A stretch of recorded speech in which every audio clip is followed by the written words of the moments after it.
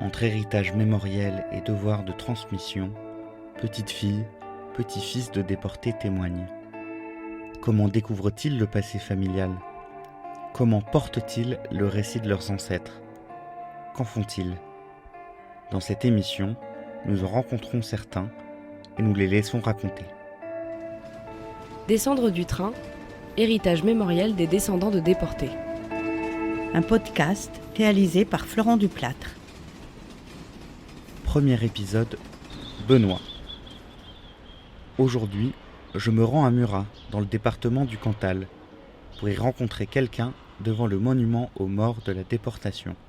Je suis Benoît Paré, je suis muratais d'origine, je suis président depuis une année de l'association Mémoire et Déportation du Cantal qui regroupe à l'origine les anciens déportés et leurs familles.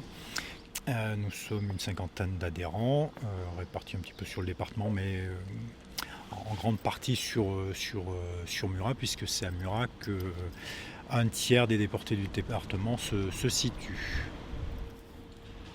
La ville de Murat est le théâtre de nombreux actes de résistance, parmi lesquels l'assassinat d'Hugo Gessler, un officier SS. La ville va subir de très dures représailles. Sur les 109 déportés, dont 2 femmes du 12 juin, femmes de résistants et résistantes elles-mêmes, 75 vont trouver la mort entre juillet et mai, les derniers jours de mai 45. Georges, le grand-père de Benoît, victime d'une rafle arbitraire, est déporté au camp de Neuengamme et meurt à Bremfarge en 1945. Il laisse derrière lui une famille en deuil, dont la vie qui se poursuit à Murat est ponctuée des réminiscences de ce récit. Alors moi j'ai découvert l'histoire à travers ma grand-mère parce que j'étais le garçon de la famille, donc elle m'a un petit peu expliqué. Mon père avait beaucoup plus de mal à en parler, il en parlait par petites bribes comme ça où il fallait être présent à ce moment-là parce que lui jusqu'à la fin de sa vie il a fait des cauchemars de toute cette histoire. Imaginant aller chercher son père à la gare, ramenant le cercueil. À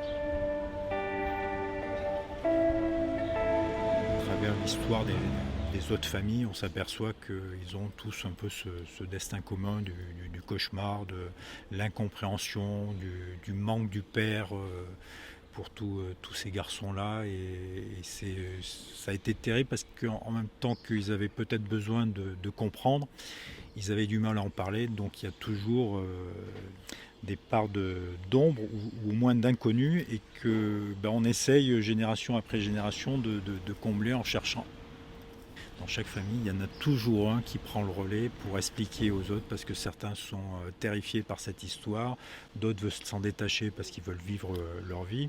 Il faut aussi vivre le présent, mais le présent ne se construit qu'en connaissant bien le passé.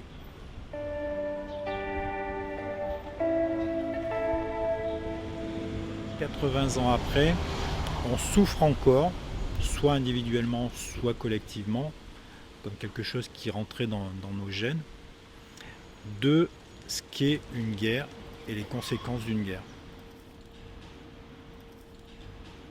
Moi, je suis né en 66, mais dans les années 70, je vois encore ma grand-mère, sa sœur qui habite juste en face, la voisine un peu plus loin, toutes ces femmes sont en noir, elles sont toutes veuves.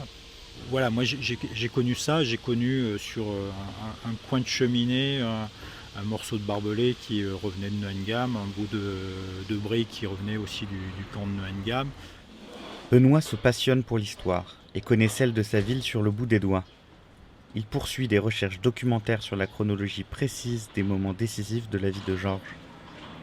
Se rendre en Allemagne semble donc une évidence. Il entreprend le voyage en 2021 après quelques faux départs. Je suis parti tout seul pour aller faire le pèlerinage des lieux de mémoire, c'est-à-dire le camp de Neuengamme, Bremfarge et Osterholz pour terminer, c'est-à-dire le cimetière où normalement les restes de mon grand-père se situent.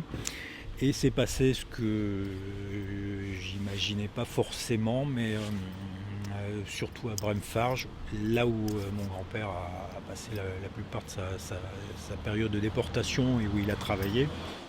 À un moment, j'ai eu un peu l'impression qu'il n'était pas loin, que je sentais sa présence. Et en plus, dans la partie muséographique, il y a une grande photo des veuves du Murat en pèlerinage 1950. Il y avait ma grand-mère aussi.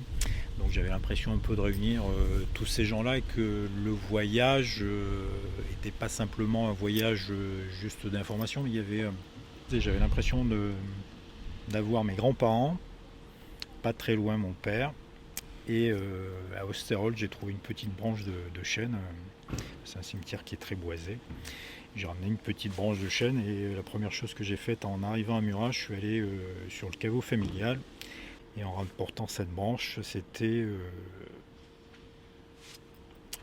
de dire à mon père, voilà, c'est bon, tu n'as plus besoin de faire tes cauchemars, je t'ai ramené, cette branche représentait mon grand-père et je lui ramenais son père.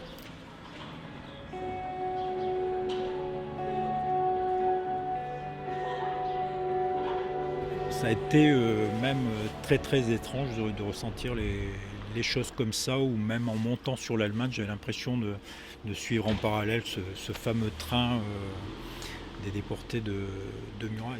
Je ne suis pas croyant et ainsi de suite, mais j'avais l'impression d'apporter l'apaisement qu'avait besoin ma famille par rapport à ça, et qu'on pouvait aborder du coup les choses différemment, c'est-à-dire de laisser l'émotionnel à part, mais d'essayer de comprendre un peu plus cette histoire qui a marqué, qui marque maintenant 3 voire bientôt 4 générations.